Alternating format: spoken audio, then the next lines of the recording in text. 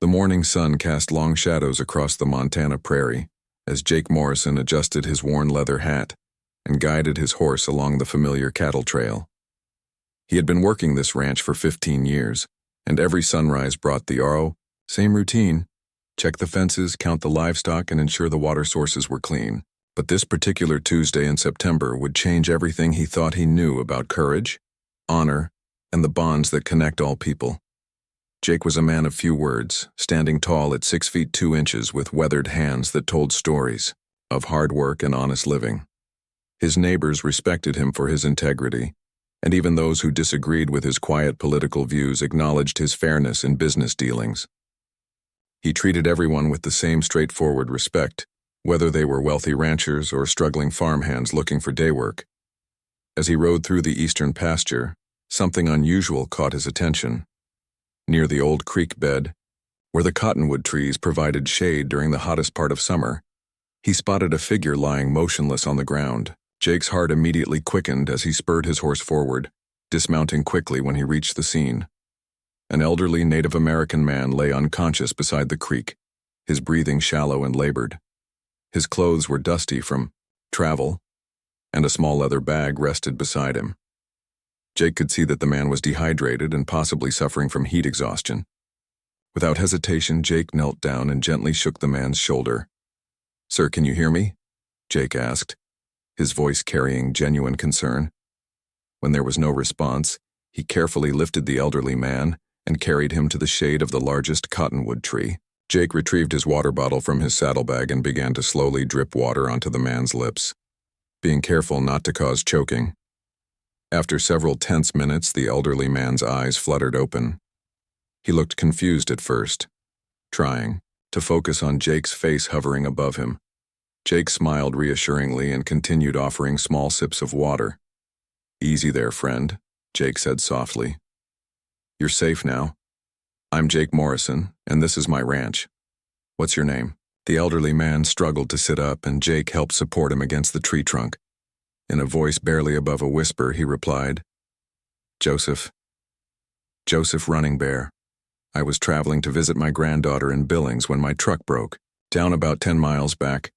I thought I could walk to the main road, but the heat—" His voice trailed off as he accepted another sip of water. Jake studied the man's face and could see the wisdom that comes with many years of life experience. Joseph's eyes held a depth that spoke of someone who had witnessed both great joy and profound sorrow. His silver hair was braided in the traditional way, and despite his current weakness, there was an unmistakable dignity about him. "Don't worry about that now," Jake said firmly. "Let's get you back to my house where you can rest properly and get some food in you. We'll figure out the truck situation later." Joseph protested weakly, not wanting to impose on a stranger, but Jake was already helping him to his feet. With careful movements, Jake assisted Joseph onto his horse and led them both back toward the ranch house, walking alongside to ensure the elderly man didn't fall. The ranch house was a modest 2-story building that Jake had inherited from his father, along with the surrounding 2,000 acres.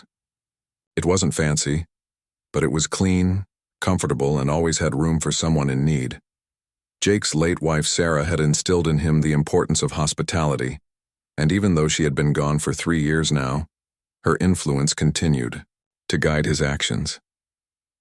Once inside, Jake settled Joseph on the living room sofa and brought him a full glass of cool water, along with some crackers to help settle his stomach. He then called the local doctor, explaining the situation and asking if a house call would be possible given the circumstances. Dr. Martinez arrived within an hour and conducted a thorough examination of Joseph. The diagnosis was exactly what Jake had suspected: severe dehydration and heat exhaustion, complicated by the fact that Joseph was diabetic and had missed his medication schedule due to the truck breakdown. "He needs to rest for at least 24 hours, Dr. Martinez told Jake privately. "His blood sugar levels are concerning, and pushing himself any further could be dangerous. Do you have somewhere he can stay?" Without hesitation, Jake nodded. "He can use the guest room upstairs. I'll make sure he takes his medication and gets proper meals." When Dr. Martinez left, Jake sat down across from Joseph, who was looking much better after receiving some medical attention and proper hydration. "I don't know how to thank you," Joseph said, his voice stronger now. You didn't have to help a stranger, especially. He gestured to his appearance, clearly indicating the cultural differences between them. Jake frowned at the implication. Joseph, when I see someone who needs help, I don't see anything except another human being in trouble.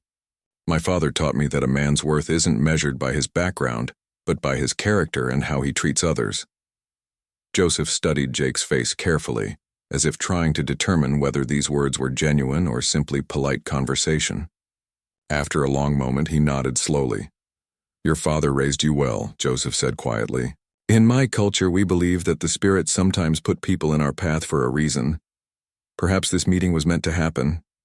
As the evening approached, Jake prepared a simple but nutritious dinner of grilled chicken, vegetables from his garden, and fresh bread. They ate together at the kitchen table, sharing stories about their respective lives and families. Joseph spoke about his late wife, his children who had scattered across the country for work, and his granddaughter in Billings who was studying to become a nurse. Jake found himself genuinely enjoying the conversation. It had been months since he had shared a meal with someone, and Joseph's wisdom and gentle humor made the evening pass quickly. They discovered they had more in common than either had expected. Both were widowers, both loved the land, and understood the importance of preserving it for future generations, and both believed in the fundamental goodness of people despite the challenges they had faced in life. As they prepared for bed, Joseph clasped Jake's hand firmly. Jake Morrison, he said solemnly, you have shown me kindness that I will never forget. In my tribe, we have a saying, a good deed creates ripples that spread far beyond what the eye can see. I believe your kindness today will come back to you in ways you cannot imagine. Jake simply smiled and showed Joseph to the guest room, ensuring he had everything he needed for a comfortable night's rest. As Jake lay in his own bed that night, he felt a deep sense of satisfaction. He had simply done what felt right, what his conscience and his upbringing had demanded. He had no idea that his simple act of human decency was about to transform his life in the most remarkable way. The next morning brought the crisp coolness that September mornings in Montana are famous for. Jake woke early, as was his habit, and quietly prepared breakfast while Joseph continued to rest upstairs. The aroma of bacon, eggs, and fresh coffee filled the kitchen as Jake moved efficiently between the stove and counter, preparing enough food for two. When Joseph finally emerged, he looked remarkably better. The color had returned to his face and his movements were steady and confident. He had slept deeply for the first time in weeks, he told Jake, feeling truly safe and comfortable in the stranger's home. I called my granddaughter last night, Joseph said as they sat down to breakfast. She was worried sick when I didn't arrive yesterday. She wanted to drive out here immediately to pick me up, but I told her to wait until this morning. I hope that's acceptable. Jake nodded, though he found himself somewhat disappointed that Joseph would be leaving so soon. Their evening conversation had been the most meaningful interaction he had experienced in months, and he realized how much he had missed having someone to share his thoughts with. Of course, Jake replied. But I was thinking, what about your truck? We should probably arrange to have it towed and repaired before you continue your journey. Joseph's face clouded with concern. I'm afraid that might be a problem. The truck is quite old and I don't have much money for expensive repairs. My Social Security check doesn't stretch very far these days. Without hesitation, Jake stood up from the table. Let's go take a look at it first. I'm pretty handy with engines and I know most of the mechanics in the area. We might be able to work something out. They finished breakfast and climbed into Jake's pickup truck, driving back along the route where Joseph had been walking the day before. About 10 miles down the dusty county road, they found Joseph's old Ford pickup sitting on the shoulder with its hood up. Jake examined the engine carefully while Joseph watched nervously. After several minutes of checking various components, Jake straightened up with a smile. Good news, he announced. It's just a broken fan belt and a clogged radiator. Nothing that can't be fixed with about $50 worth of parts and an hour of work. I've got most of what we need back at the ranch. Joseph's relief was visible, but he insisted on paying for the parts and labor. Jake refused to accept any money, explaining that helping neighbors was simply what people did in this part of the country. As they worked together to repair the truck, using tools and spare parts from Jake's well-equipped garage, Joseph began to share more about his life and his people. He spoke about the Crow Nation reservation where he lived, about the struggles his community faced with poverty and unemployment, and about the efforts being made to preserve their culture and traditions for younger generations. Many of our young people leave for the cities, Joseph explained as he helped Jake install the new fan belt. They're looking for opportunities that don't exist on the reservation. I understand their reasons, but it saddens me to see our traditions slowly fading away. Jake listened intently, asking thoughtful questions that showed his genuine interest. He had lived in Montana his entire life, but he realized how little he actually knew about the Native American communities that had called this land home for thousands of years before his own ancestors arrived. What kind of traditions are most at risk? Jake asked as they tested the repaired engine. Joseph's eyes lit up with passion as he began describing the traditional crafts, languages, and spiritual practices that were becoming increasingly rare. He spoke about the importance of storytelling in preserving their history, about the sacred connection between his people and the land, and about the healing ceremonies that had been passed down through countless generations. We have a saying, Joseph continued, we do not inherit the earth from our ancestors, we borrow it from our children. Everything we do should be considered in terms of its impact 7 generations into the future. Jake found this perspective profoundly moving. As a rancher, he had always felt a deep responsibility to care for his land, but Joseph's words gave him a broader understanding of what stewardship really meant. By mid-afternoon, the truck was running smoothly again. Joseph's granddaughter, Maria, had arrived as planned, and Jake was introduced to a young woman who clearly adored her grandfather. She was in her early 20s, with intelligent eyes and a warm smile that reminded Jake of her grandfather's gentle nature. Grandpa Joe has told me so much about your kindness, Maria said as she shook Jake's hand. I don't know how we can ever repay you. Jake waved off her thanks, but Maria continued, no, really. What you did goes beyond simple kindness. In our culture, when someone saves a life, it creates a bond that lasts forever. You're part of our family now, whether you know it or not. Joseph nodded solemnly in agreement. Maria speaks the truth. You have given me more than just medical care and shelter. You have shown me that there are still good people in the world who act from the heart rather than from obligation or expectation of reward. As the time came for them to leave, Joseph gripped Jake's hand firmly and looked directly into his eyes. Jake Morrison, I want you to know that your actions yesterday will not be forgotten. In our tradition, when someone performs an act of true honor, it must be acknowledged properly. You may not understand what I mean now, but you will soon. Jake was puzzled by these cryptic words but didn't want to pry.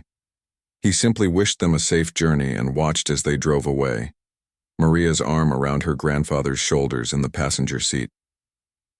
That evening, Jake found himself thinking about Joseph's stories and wisdom. He pulled out his laptop and began researching the history of the Crow Nation, learning about the treaties, the battles, and the long struggle for recognition and respect.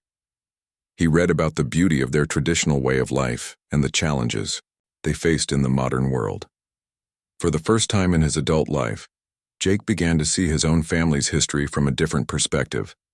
His great-grandfather had been among the early settlers in Montana, claiming land under the Homestead Act and building the foundation of what would become the Morrison Ranch. Jake had always taken pride in this heritage, but now he wondered about the people who had been living on this land before his family arrived. As he prepared for bed, Jake reflected on the strange sense of connection he felt to Joseph Running Bear. Despite their different backgrounds and cultures, they had found common ground in their shared values of honesty, hard work, and respect for the land. The brief encounter had opened Jake's eyes to perspectives he had never considered before. He had no idea that word of his actions was already spreading throughout the reservation, carried by Joseph's family and friends. In the oral tradition of the Crow people, stories of honor and kindness are told and retold, growing in significance with each telling. Joseph's rescue was becoming something much larger than Jake could have imagined. It was becoming a symbol of hope, and a bridge between two communities that had lived side by side for generations without truly knowing each other. That night, as Jake drifted off to sleep, he dreamed of wide-open spaces filled with people from different backgrounds working together under the endless Montana sky. He could not have known that this dream was about to become a reality in the most spectacular way possible. 3 days had passed since Joseph and Maria departed, and Jake had settled back into his regular routine of ranch work. The memory of his encounter with the elderly Crow man remained vivid in his mind, and he found himself thinking often about their conversations and the wisdom Joseph had shared. On Friday morning, Jake was repairing a section of fence in his north pasture when he noticed a dust cloud approaching from the main road. Living on a remote ranch meant that unexpected visitors were rare, so Jake paused his work to watch as a pickup truck made its way up his long driveway. As the vehicle drew closer, Jake recognized it as Joseph's old Ford. His heart lifted with the assumption that perhaps Joseph had returned for another visit, but as the truck stopped near his house, Jake realized that the driver was not Joseph, but rather a younger Native American man he had never met. The stranger stepped out of the truck and walked toward Jake with purposeful strides. He appeared to be in his 30s with long black hair and traditional beadwork decorating his leather vest. His expression was serious but not unfriendly as he approached. "Are you Jake Morrison?" the man asked when he reached the fence line. "I am," Jake replied, setting down his tools and extending his hand in greeting. "And you are?" "My name is Thomas Running Bear. Joseph is my father." The man's grip was firm and his eyes held the same depth of character that Jake had noticed in Joseph. "I've come to speak with you about what you did for him earlier this week." Jake felt a moment of concern, wondering if perhaps he had inadvertently offended Joseph or his family in some way. "I hope everything is all right. How is Joseph feeling?" Thomas smiled for the first time since his arrival. "My father is doing very well, thanks to you. In fact, that's exactly why I'm here. You see, Mr. Morrison, what you did for my father has caused quite a stir in our community." "I'm not sure I understand," Jake said honestly. "I simply helped someone who needed assistance. Anyone would have done the same thing." Thomas shook his head slowly. "No, Mr. Morrison. Not anyone would have done what you did. You took a stranger into your home, cared for him without asking for anything in return, and treated him with dignity and respect. In our culture, such actions carry great significance." Jake invited Thomas to sit on his porch, and over glasses of cold sweet tea, Thomas began to explain the cultural importance of what had transpired. "When my father returned to the reservation and told his story, it spread quickly through our community," Thomas continued. "You must understand, Mr. Morrison, that our people have not always been treated kindly by those outside our nation. There is a long history of mistrust and misunderstanding between our communities." Jake nodded, his earlier research into Crow history having given him some insight into the complex relationships between Native Americans and white settlers in Montana. "But your actions," Thomas went on, "they represent something different. They show that there are still people who judge others by their character rather than their appearance or background. My father believes, and our tribal elders agree, that this deserves to be honored in our traditional way." "I appreciate the sentiment," Jake said carefully, "but I really don't need any recognition. I was just doing what felt right." Thomas leaned forward in his chair. "Mr. Morrison, with all due respect, this is not about what you need or want. In our culture, when someone performs an act of true honor, it creates an obligation for our community to respond appropriately. To ignore such an act would be to dishonor both you and ourselves."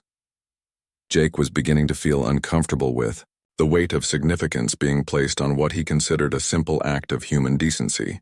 "Thomas, I'm grateful for your father's friendship and I'm glad I could help him, but I'm just a simple rancher. I don't really understand all these cultural traditions." "That's exactly why this is so important," Thomas replied. "You didn't help my father because you understood our customs or because you expected recognition. You helped him because it was the right thing to do. That kind of character is rare, and it deserves to be acknowledged." Thomas went on to explain that the tribal council had met to discuss Jake's actions, and they had unanimously agreed that a formal honor ceremony should be conducted. This ceremony, Thomas explained, would not only recognize Jake's kindness, but would also serve as a bridge between their communities. "We would like to invite you to visit our reservation," Thomas said. "There are many people who want to meet the man who helped Joseph Running Bear. They want to see for themselves that there are still people in the world who act from genuine goodness rather than self-interest." Jake felt overwhelmed by the proposal. He had never been to a Native American reservation, and despite his recent reading about Crow history and culture, he felt unprepared for such an experience. "I'm honored by the invitation," Jake said slowly, "but I wouldn't want to intrude or accidentally offend anyone. I don't know your customs, and I'm afraid I might say or do the wrong thing." Thomas smiled warmly. "Mr. Morrison, the fact that you're concerned about showing proper respect tells me everything I need to know about your character. My people are not expecting you to understand all our ways. They simply want to meet the man who showed such kindness to one of our elders." They talked for another hour, with Thomas sharing stories about life on the reservation and explaining some of the traditions that would be part of the honor ceremony. Jake found himself genuinely interested in learning more about Crow culture and history, and his initial nervousness began to give way to curiosity. "There's something else," Thomas said as their conversation began to wind down. "My father specifically asked me to tell you that he has been having dreams since your encounter. In our tradition, dreams that follow significant events often carry important messages." "What kind of dreams?" Jake asked, intrigued despite his practical nature.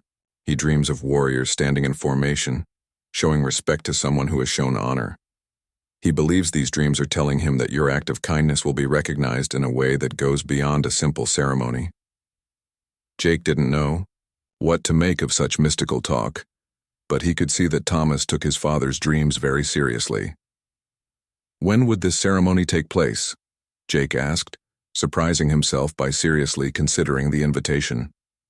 "Next weekend, if you're willing. It would be on Saturday morning, followed by a feast where you could meet many members of our community. Nothing formal or overwhelming, just people who want to share food and conversation with you." Jake found himself nodding slowly.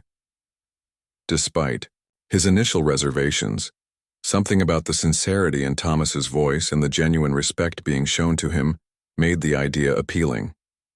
"All right," Jake said finally. "I'd be honored to attend."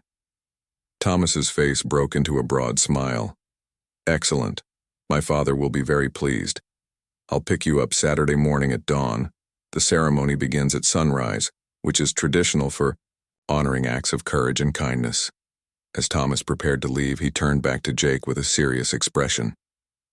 "Mr. Morrison, I want you to know that what's going to happen goes beyond just our immediate community. Word of your actions has spread to other tribes in the region. The Blackfeet, the Assiniboine, even some Lakota families have heard the story. You've become something of a symbol of hope that there can be understanding and friendship between our peoples." Jake felt a weight of responsibility settling on his shoulders. He had simply helped a fellow human being in distress, never imagining that his actions would resonate so far beyond that single moment. "I just hope I can live up to their expectations," Jake said quietly. "You already have," Thomas replied. "Everything else is just recognition of what you've already proven about yourself." That evening, as Jake watched Thomas's truck disappear down his driveway, he realized that his life was about to change in ways he couldn't yet comprehend. The simple act of helping Joseph Running Bear had set in motion something much larger than he could have imagined. Something that would soon transform not just his own understanding of community and honor, but would also create lasting bonds between people who had lived as strangers for far too long. Saturday morning arrived with the kind of clear, crisp air that makes Montana famous. Jake had barely slept, his mind racing with anticipation and nervousness about the day ahead. He had chosen his cleanest jeans, his best boots, and a pressed, white shirt, wanting to show proper respect without trying to be something he wasn't. At exactly 5:30 in the morning, Thomas arrived as promised. The sun was just beginning to paint the eastern horizon with soft shades of pink and gold as they drove toward the Crow Reservation. During the 40-minute journey, Thomas explained what Jake could expect during the ceremony. "It will be simple, but meaningful," Thomas said as they traveled through the rolling hills and open grasslands. "The tribal elders will speak about the importance of honor and kindness in our community. They'll present you with some traditional gifts, and then we'll share a meal together. As they approached the reservation, Jake was struck by the vastness of the landscape and the small clusters of homes scattered across the prairie. Some houses were modern and well-maintained, while others showed the wear of economic hardship. Children played in dusty yards while their parents went about their morning routines. Thomas guided them to a large open area near the community center, where perhaps 50 people had already gathered. Jake noticed immediately that the crowd included people of all ages, from elderly men and women wrapped in traditional blankets to young children who watched the proceedings with wide, curious eyes. At the center of the gathering, a circle had been formed with wooden chairs and colorful rugs. Joseph Running Bear sat in one of the chairs looking dignified in traditional ceremonial clothing that included a beautiful beaded vest and a feather headdress. When he saw Jake approaching, his face broke into a warm smile. "My friend," Joseph said, standing to embrace Jake in a traditional greeting. "I'm so glad you came. Today our people will see for themselves the kind of man who stopped to help a stranger on a dusty road." Jake felt his nervousness increase as he realized that all eyes in the gathering were focused on him. He had never been comfortable being the center of attention, preferring the quiet solitude of ranch work to public recognition. An elderly woman approached them, her gray hair braided with colorful ribbons and her weathered hands adorned with silver jewelry. Thomas whispered that she was Sarah Plenty Hawks, one of the most respected elders in the Crow Nation. "Jake Morrison," she said in accented but clear English. "We have heard much about you. Our people are grateful for what you did for our brother, Joseph. Today we honor you not just for your kindness but for showing us that the old ways of respect and hospitality still exist in the world." The ceremony began with the sound of traditional drums and the soft chanting of several tribal members. Jake found the rhythmic beating oddly soothing, and his nervousness began to fade as he realized that this gathering was not about putting him on display, but rather about celebrating values that he shared with these people. Sarah Plenty Hawks stood to address the crowd, speaking first in the Crow language and then translating her words into English for Jake's benefit. She talked about the importance of helping others without expectation of reward, about the bonds that connect all people regardless of their background, and about the healing that can occur when communities come together in mutual respect. "In our tradition," she said, looking directly at Jake, "we believe that when someone performs an act of true honor, they become part of our extended family. Today, we welcome Jake Morrison as a brother to the Crow people." Joseph stood next, his voice carrying clearly across the assembled crowd as he recounted the events of the previous week.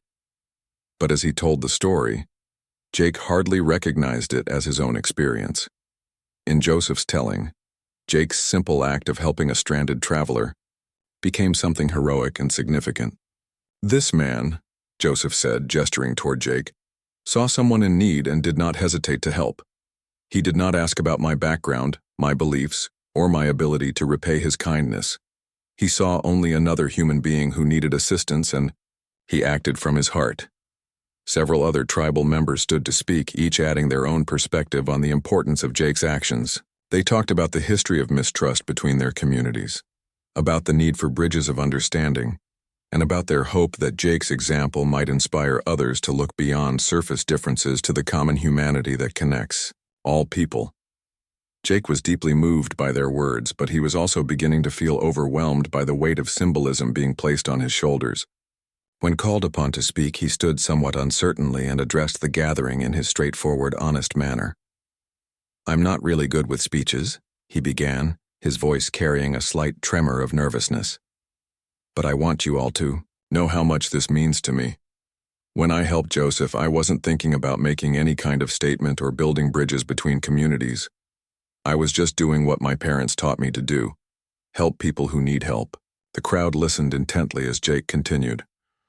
"But being here today, learning about your traditions and your values, I realized that maybe that's exactly what the world needs more of. People who just do the right thing without worrying about all the complicated reasons why they should or shouldn't." He paused, looking around at the faces watching him with such warmth and acceptance. "Joseph told me that in your culture, we don't inherit the earth from our ancestors, we borrow it from our children.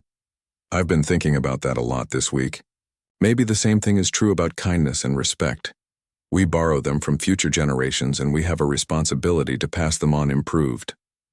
The crowd murmured appreciatively at Jake's words, and several people nodded in agreement with his sentiment. Sarah Plentyhawks then presented Jake with several traditional gifts.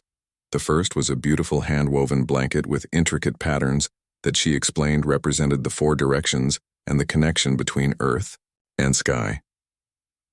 The second was a leather medicine bag decorated with beadwork that had been crafted specifically for him by the tribal artists. "These gifts are not payment for what you did," she explained. "They are symbols of the respect our people have for you, and reminders that you now have family here whenever you need us." The final gift was the most significant: a carved wooden staff topped with eagle feathers and wrapped with leather strips. Sarah explained that this was a talking stick, used in tribal councils to ensure that everyone's voice is heard with respect. "We give this to you because you have shown that you listen to others with your heart as well as your ears," she said. "In our tradition, whoever holds the talking stick has the responsibility to speak truth and to ensure that all voices are heard equally." As the formal ceremony concluded, the community moved to a large pavilion where tables had been set up for the feast. Jake found himself surrounded by people eager to share their stories and learn more about his life on the ranch. Children who had been watching shyly from the edges of the ceremony now approached with curiosity, asking about his horses and cattle. Maria Running Bear, Joseph's granddaughter, sat beside Jake during the meal and served as an informal translator and cultural guide, helping him understand the significance of various dishes and customs. "Grandpa Joe hasn't stopped talking about you all week," she said with a smile. "He tells everyone that meeting you has restored his faith in the goodness of people. That's not something he says lightly." As the afternoon progressed, Jake found himself genuinely enjoying the experience. The food was delicious, the conversation was warm and engaging, and he was learning more about Crow culture and history than he had ever expected. Several people invited him to return for future gatherings, and a few asked if they could visit his ranch to learn more about cattle ranching. But perhaps the most meaningful moment came when a young man named David approached Jake near the end of the celebration. David was in his early 20s with the lean build of someone who worked with his hands and the serious expression of someone who had faced significant challenges in life. "Mr. Morrison," David said somewhat formally, "I wanted to thank you for what you did for Mr. Running Bear, but also for something else." Jake looked at him curiously, wondering what other significance his actions might have had. "You see, I've been struggling lately with some pretty negative feelings about people outside our community," David continued. "I've had some bad experiences, and I was starting to believe that nobody really cared about us or respected us. But hearing about what you did, and seeing how you've conducted yourself here today, it's reminded me that there are good people everywhere if we just give them a chance to show it." Jake felt a lump forming in his throat as he realized the broader impact his simple act of kindness had created. He had not only helped Joseph Running Bear, he had also helped restore a young man's faith in humanity. As the sun began to set and the celebration wound down, Jake reflected on one of the most meaningful days of his life. He had come to the reservation expecting to receive recognition he felt he didn't deserve, but instead he had received something much more valuable: a deeper understanding of what it means to be part of a community and the profound impact that simple acts of kindness can have on the world around us. The week following the ceremony passed quietly for Jake, but he found his perspective on life fundamentally changed.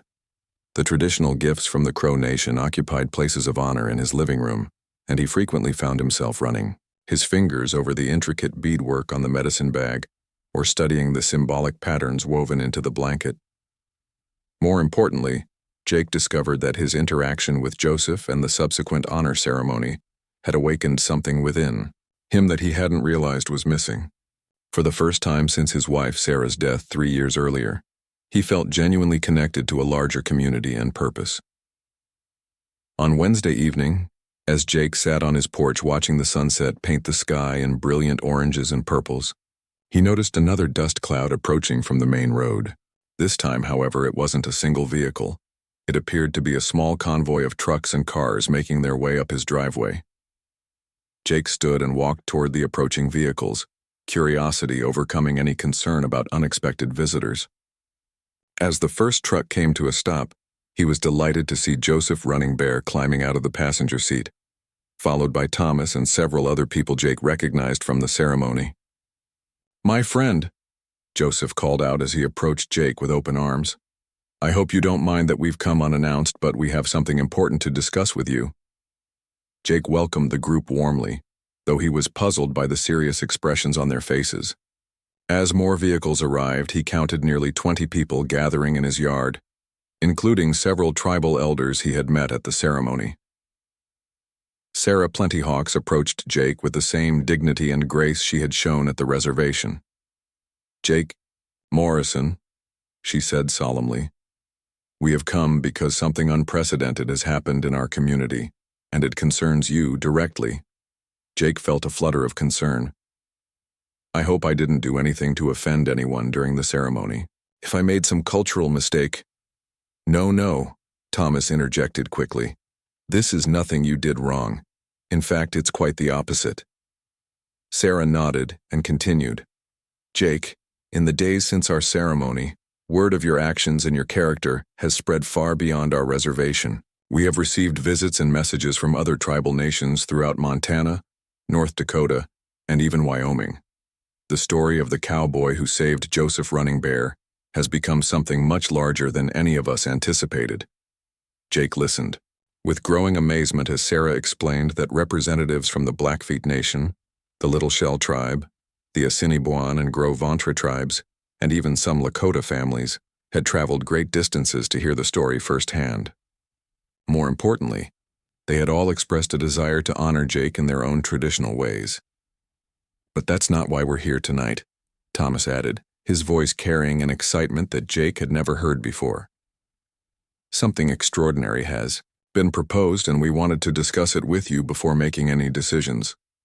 Joseph stepped forward, his weathered hands clasped behind his back and his eyes shining with an emotion that Jake couldn't quite identify. "My friend, the tribal councils from 7 different nations have proposed something that has never happened in the recorded history of our peoples. They want to hold a joint ceremony to honor you. A gathering of warriors from multiple tribes, standing together to recognize your act of courage and kindness." Jake felt his knees grow weak. I don't understand. What does that mean exactly?" An elderly man Jake hadn't met before stepped forward.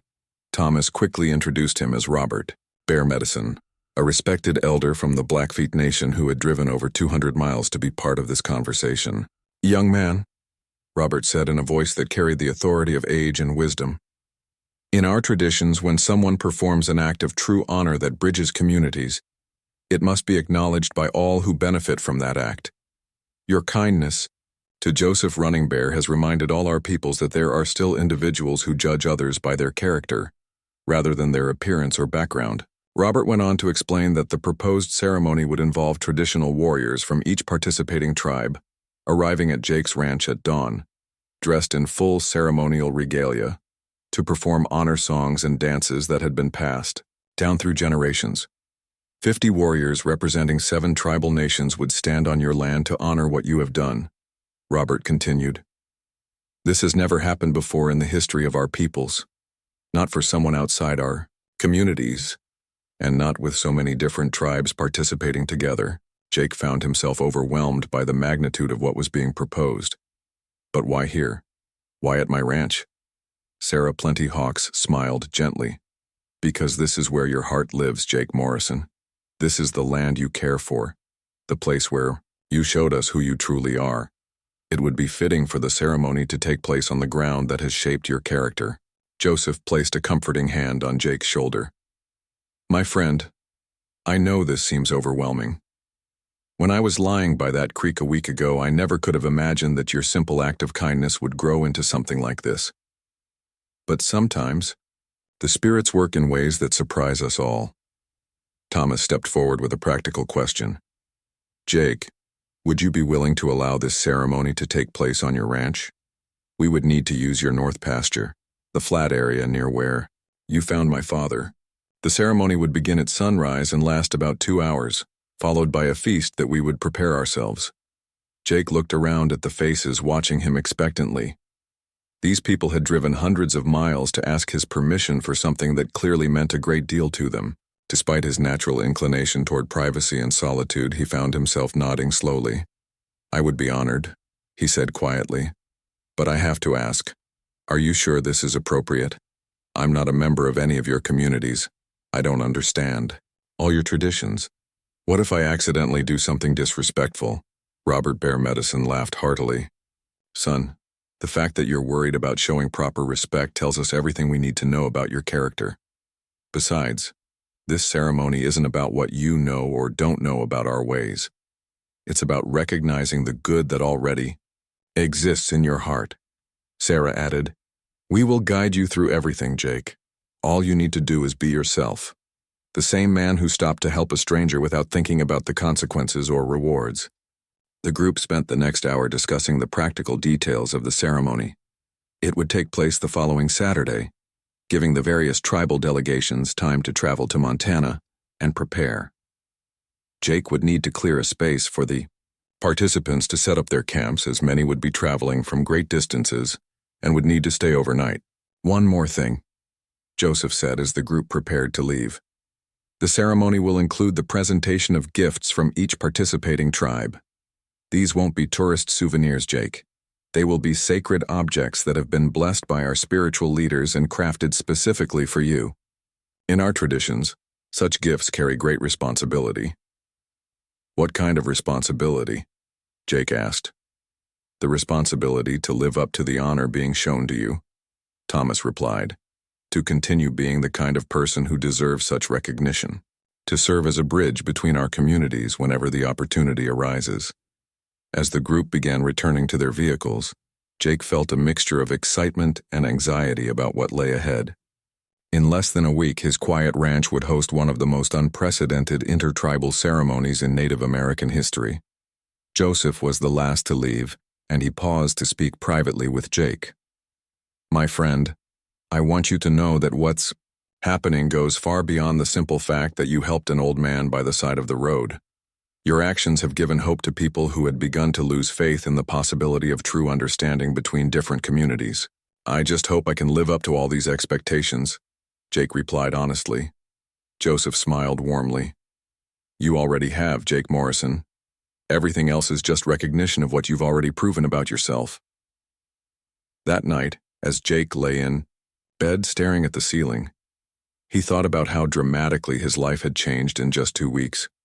He had gone from a solitary rancher grieving the loss of his wife to someone who had somehow become a symbol of hope and unity for entire communities.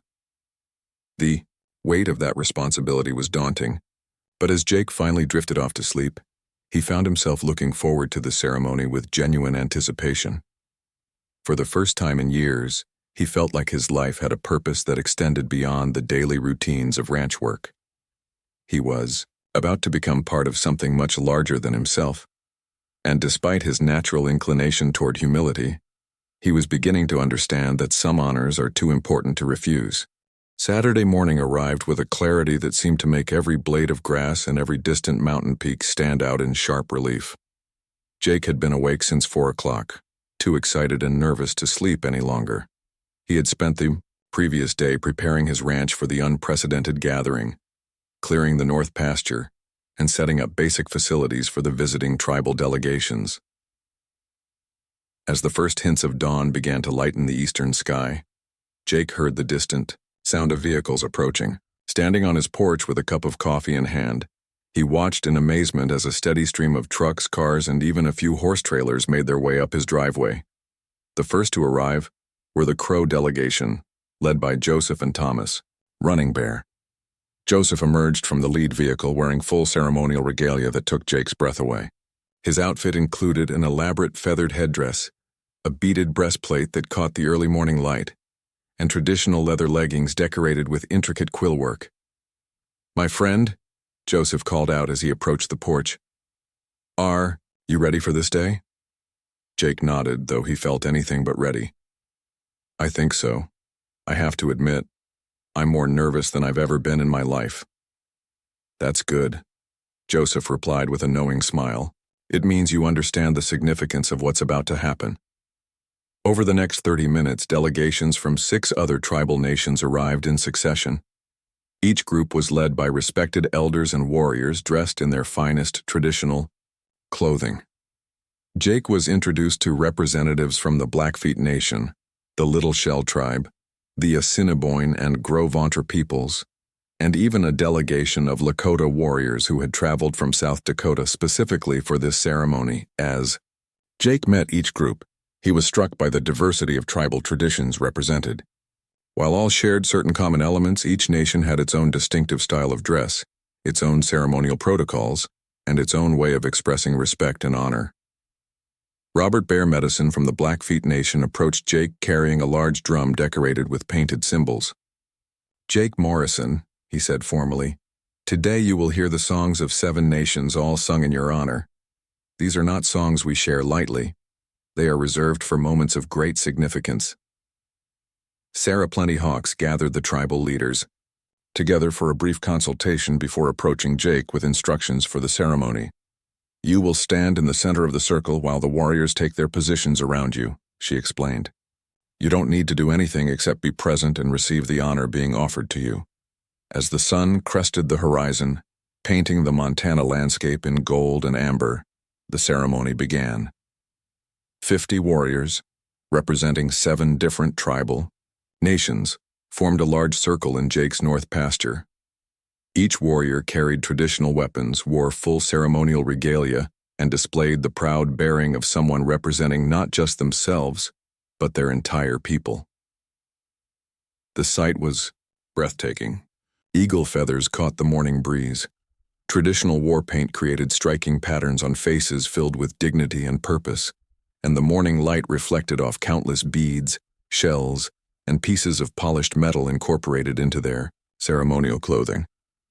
Jake walked slowly to the center of the circle, his heart pounding with the magnitude of the moment. As he took his position, the first drum began to beat with a rhythm that seemed to echo the heartbeat of the earth itself. The ceremony began with Robert Bear Medicine, offering a traditional blessing in the Blackfeet language, followed by similar blessings from elders representing each participating tribe. Even though Jake couldn't understand the words, he could feel the power and sincerity behind them. Then the singing began. 50 voices joined together in harmony, creating a sound unlike anything Jake had ever experienced. The songs were ancient, passed down through countless generations, and they spoke of honor, courage, and the bonds that connect all living things. As the warriors sang, several began to dance, their movements telling stories of bravery, sacrifice, and the eternal cycle of life. Jake found himself moved to tears by the beauty and power of what he was witnessing. Joseph Running Bear stepped forward during a pause in the singing and addressed the gathering in both his native language and in English.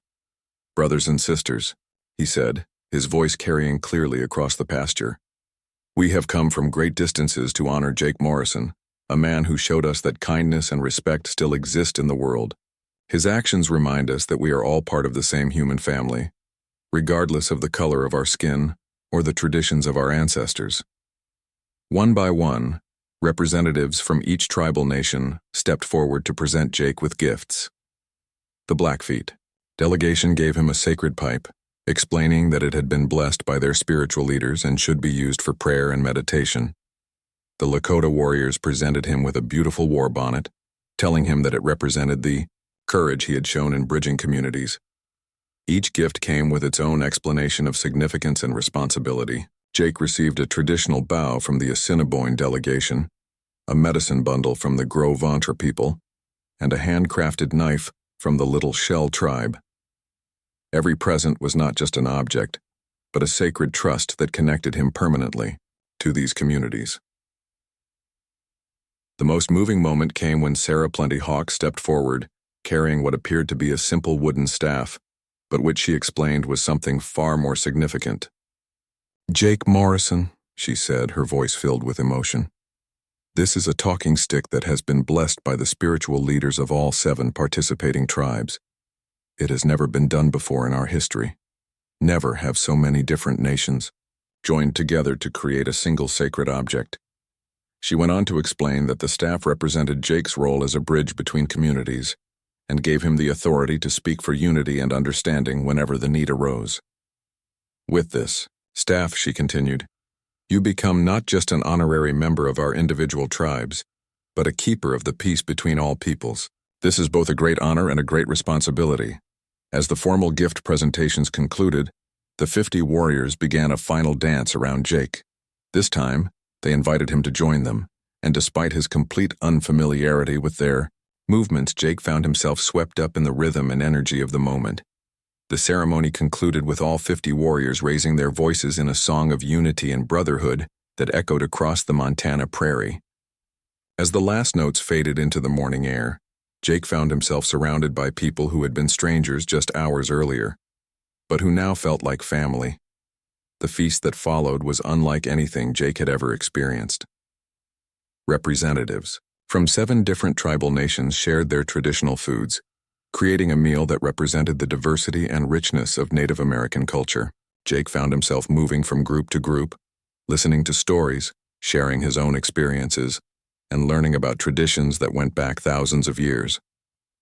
As the day progressed, several of the visiting warriors asked Jake about his ranching operation, and he found himself giving impromptu tours of his facilities. The conversations that emerged revealed surprising common ground between cowboy culture and traditional Native American relationships with the land and animals. Young David, the crow man who had spoken to Jake at the first ceremony, approached him during the afternoon with several other young people from different tribes. Mr. Morrison, David said, we wanted you to know that what happened here today has given us hope that our generation can build better relationships between all the communities in this region. You've shown us that it's possible.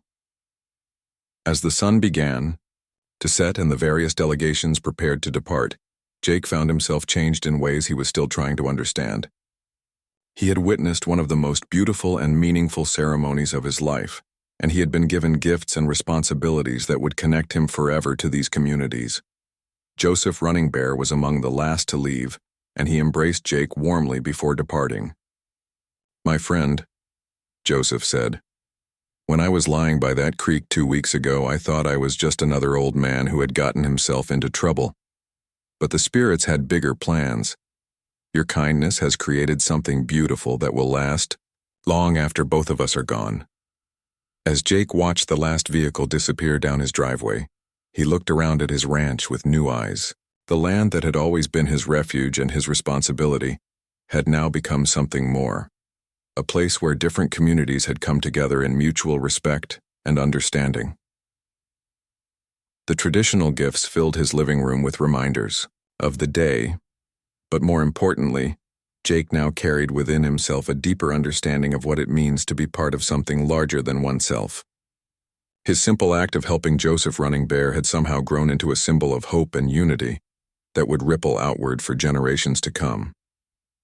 That evening, as Jake sat on his porch watching the stars emerge in the clear Montana sky, he reflected on the extraordinary journey that had begun with a chance encounter by a creek bed. He had learned that kindness, when offered freely and without expectation of reward, has the power to transform not just individual lives, but entire communities. The cowboy who had simply stopped to help a stranger in need had become a keeper of the peace, a bridge between worlds, and a living reminder that the best of human nature can triumph over division and mistrust. And though Jake Morrison would always remain humble about his role in this transformation, the story of the day 50 warriors stood in his pasture would be told and retold for generations, inspiring others to choose kindness over indifference, understanding over prejudice, and unity over division.